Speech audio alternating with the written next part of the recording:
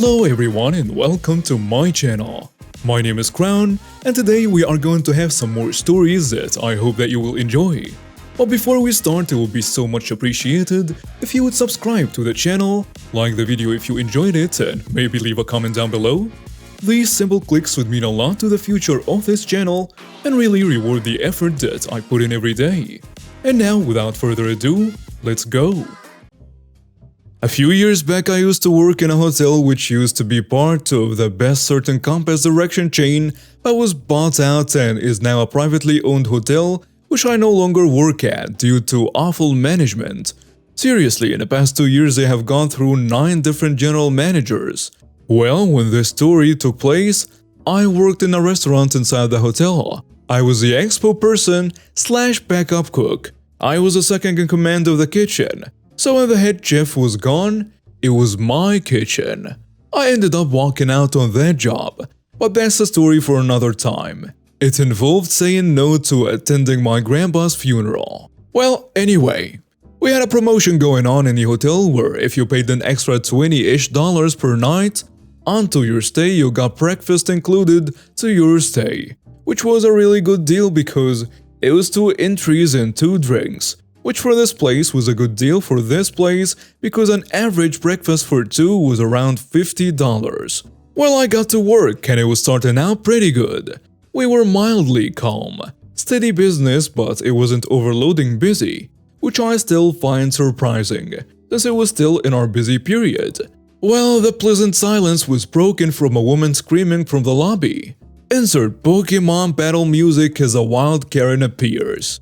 This Karen was screaming at my poor co-worker at the front desk. I don't remember which one it was since they were all females and I don't work there anymore and only talk to one of them still.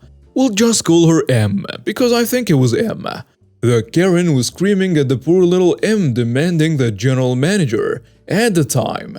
Lord knows who that was because when I worked there, we had went through like 7 general managers in 2 years. So I bet that shows how well that hotel is. So we will call him GM. The GM at this time I do remember was a woman who was friends with the owner. She pretty much milked whatever she could out of the owner and did absolutely nothing. So needless to say, this GM was a pretty lazy woman. She was living in one of the hotel rooms because she moved to the area for that job. And so she would wake up and go to work at 10:30 a.m. but said if anything ever happened, call her room and she'd be right down. Well, being the lazy person she was, this didn't happen. Karen was being a banshee, screeching loud enough that Sylvana's Windrunner plush would blush in envy for about 10 minutes at this point, wanting her room calmed for the week-long stay she had. And M finally got her to stop talking for just enough to find out what was wrong. The ultimate problem was the hotel stay. The water in the shower was too hot, and the pressure was too hard. So it was giving her migraines and how we ruined her entire vacation. Well, after another 15 minutes of her arguing with M and the GM, when she finally got down there, she was told, no, you're paying in full. So she huffed out of the lobby and beeline to the restaurant to demand free breakfast as compensation for the migraines. We happily complied because she already prepaid for her meals. She huffs that she better get the meals for free as compensation and repeatedly treated my head waitress Mel like trash, kept giving her sass, kept glaring at everyone. So the way we ran the meals was, it was ran as a charge to your room and then the charge was cancelled with a code in the system linked to your room saying breakfast included. So when she got her receipt, she had a hissy fit about not paying, and when she was informed she prepaid when she booked her room, she ran off to go scream at M again. She was asked nicely to leave or the cops would be called, and that she had to pay in full. She screamed about putting 1-star review on Yelp and Google and Facebook and how we will be sorry. She left and we went cackling off into the sunset as she read into the night. Many reward story for reading the post. This was my first and only encounter with a Karen working in the hospitality industry for 8 years. I'm honestly surprised. Did have an entitled man before, when I was in high school, 16, working at KFC. But I don't remember much of what happened. He did yell at me in front of my manager and grandma though. All I did was stand there as my grandma and manager tag-teamed and yelled at him and belittled him until he ran out of the store. He got banned and yelled at by a very angry grandma. I'm a 16-year-old female, and this is my story. It all started one day when me and my friends decided to go to a bowling alley to have some fun on a weekend. I went and asked for my mother's permission and she told me sure, but asked me if it's okay to take my little sister with me. She's 12 and doesn't really have a lot of friends. I have no problem with that, to be honest. I have a really good relationship with my little sister, and I don't mind keeping an eye on her for a couple of hours. She's a polite kid and doesn't stir troubles to start with anyways. On a Sunday night, we met up at the bowling alley and we started our night with some fresh drinks, mostly juices and smoothies.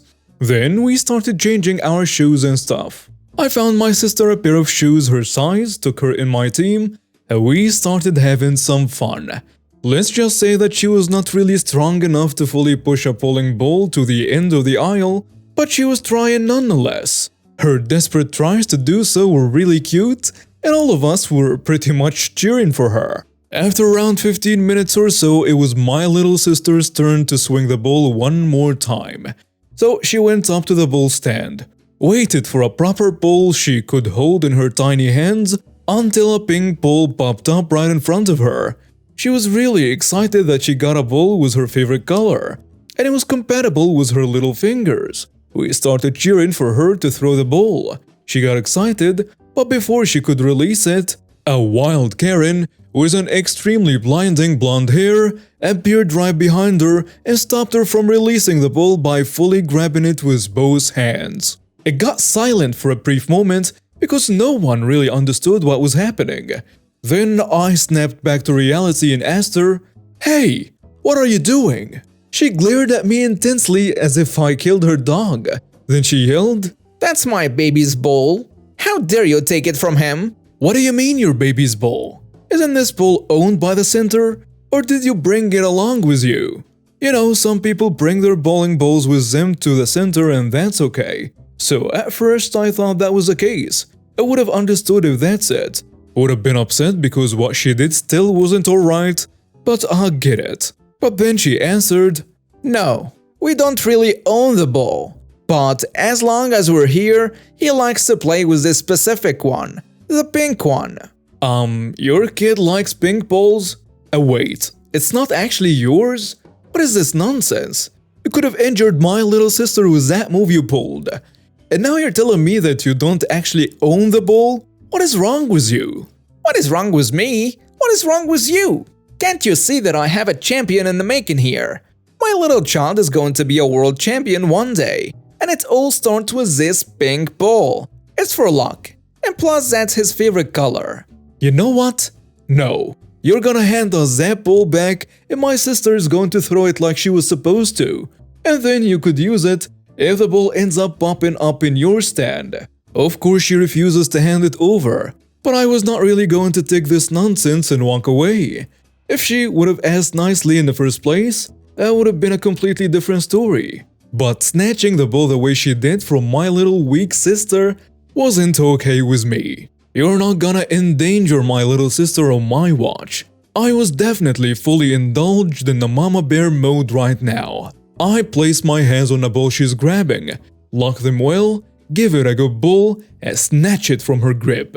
And she absolutely loses it and charges at me. But my friends stand between me and her, trying to block her from reaching me. Most of them were trying to de-escalate the situation because it seemed like it was getting out of hand at this point. When she sees that she can't get through, and it appears she glanced and noticed a couple of employees rushing towards us, since at this point people were looking and our voices were really causing a commotion, she did the unthinkable. She grabbed the ball from the stand, locked her crazy eyes with me and screamed, "Well, if you think that your little brat of a sister is more important than my boy, allow me to show her my support." Then she throws a ball that was in her hand right at my little sister. The ball strikes one of my friend's legs, but sadly, it did end up hitting my sister's chest area. We all stood right there in shock for a second. Then, as I realized what happened, I lost it. Especially when I saw my sister fall into the floor. I went to pick her up and see how she is while screaming like a mad person. People around started calling 911 after pretty much everyone saw her attack a little girl intentionally. Security guards rushed to the scene and detained the woman after a couple of my friends went ballistic on her when they saw what she did. One guard came and stood right next to me and tried to see if he could help with my sister, who is now holding her chest and finding it extremely hard to breathe. In a few minutes, paramedics took over, and after assessing the situation, they suspected a broken rib, took my sister in their ambulance, and I rode with her. And another ambulance took my other friend that got hit in the leg earlier.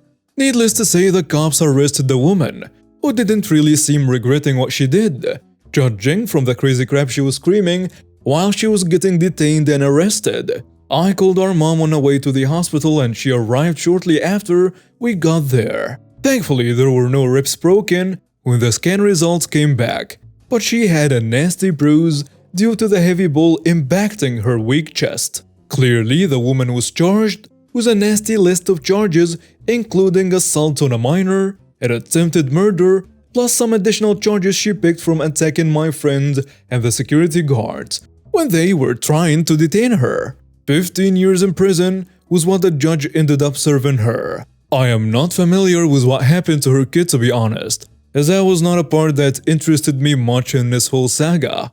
For all I know, he's better off without this monster in his life either way. Sister ended up making a full physical recovery, but sadly, still working on getting outside without being, well, afraid. I hope this horrific woman rots in her jail cell.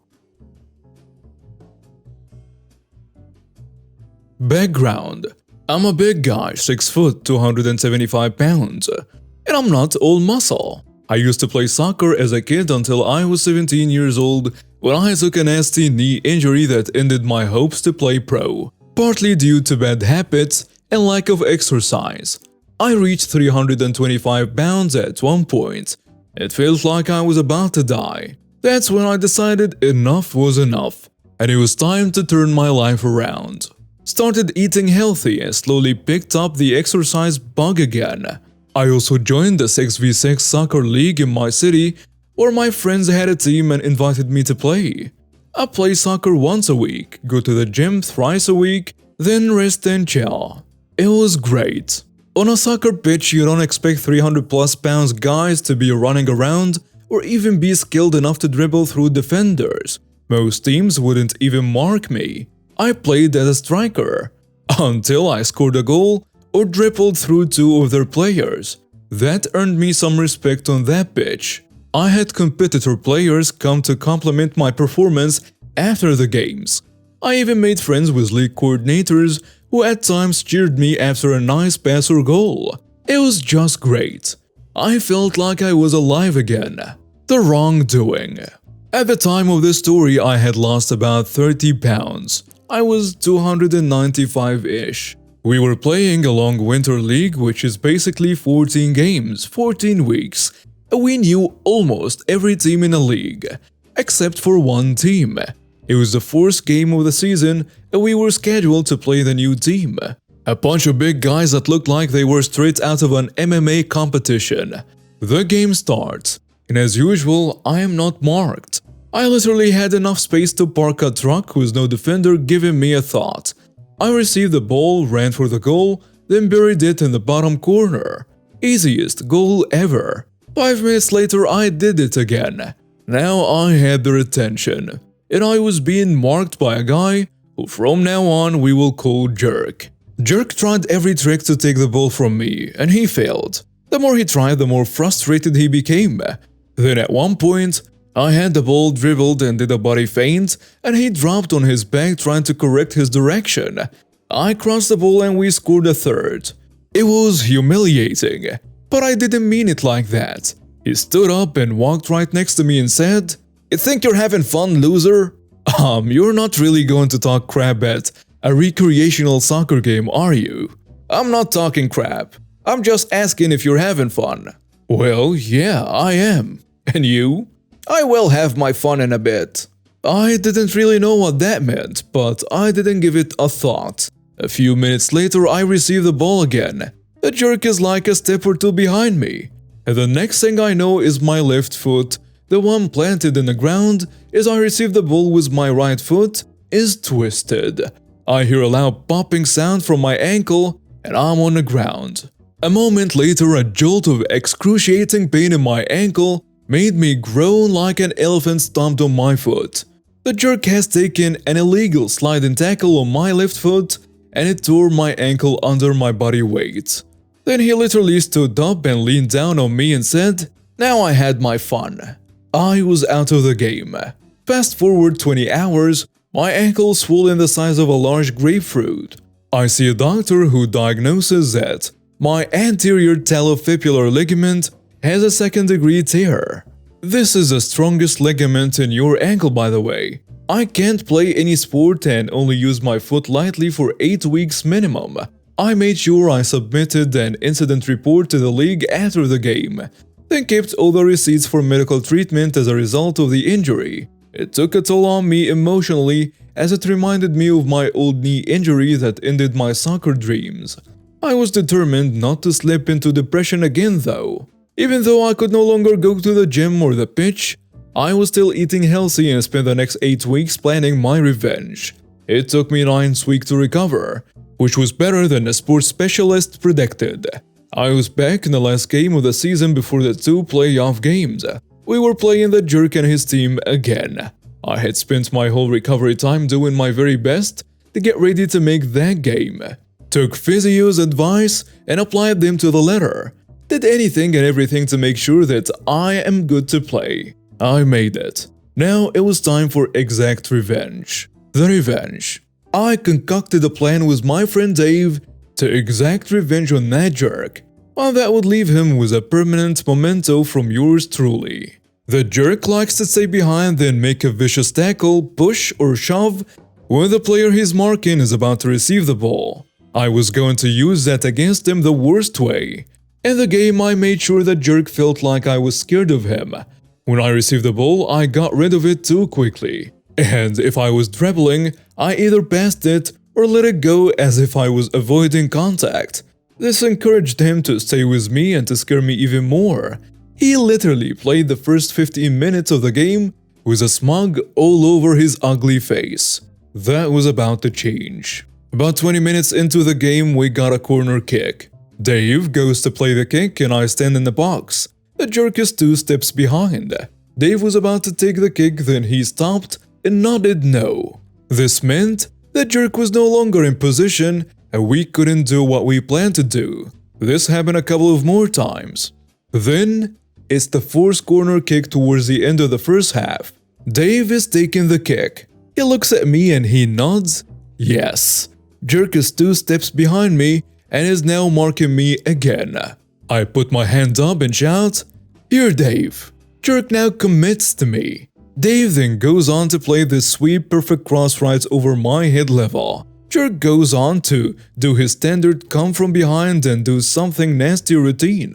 At that very moment, I plant both feet in the ground, expecting the shove from behind, lean backwards and launch my body towards the jerk. He's going for the ball with his head, and I'm going with my head for his face. He perfectly planted his face in the back of my head. His head's going forward and my head going backwards. I swear I could hear his nose break on the back of my head.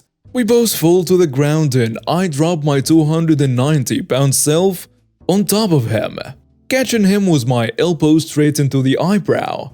As I turn around on the ground, he has a cut on his eyebrow, his nose is broken, and is literally pointing to the left, and he's bleeding. I shout, "First aid kit here please," then tell everyone I was first aid certified, and start sitting him up and leaning his head backwards to stop the bleeding.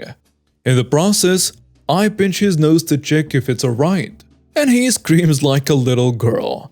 Then I say, "Oh, it seems like your nose is broken."